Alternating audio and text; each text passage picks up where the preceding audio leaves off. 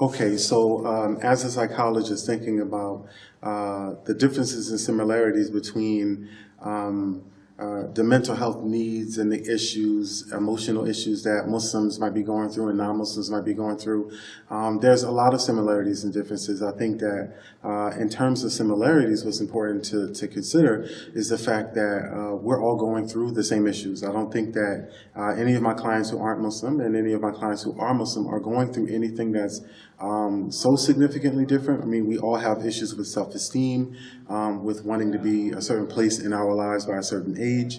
We have marital problems. We have difficulties with our children and trying to keep them out of trouble. We have issues related to our concerns over our bodies.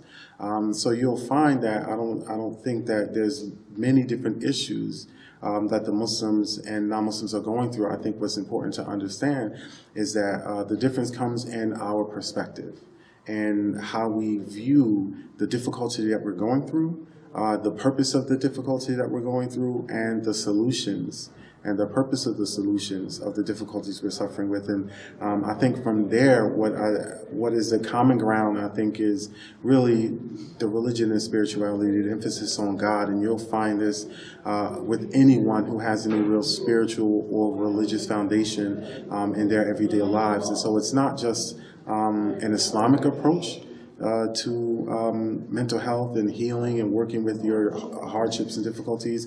It's really about having a sense of there being a higher being, there being a higher purpose for whatever it is that you're going through, and because of those things, a definite solution and real reason for growth coming out of the difficulty that you're struggling with. I think those would be the most consistent aspects of coping with emotional distress, psychological health, and those types of things.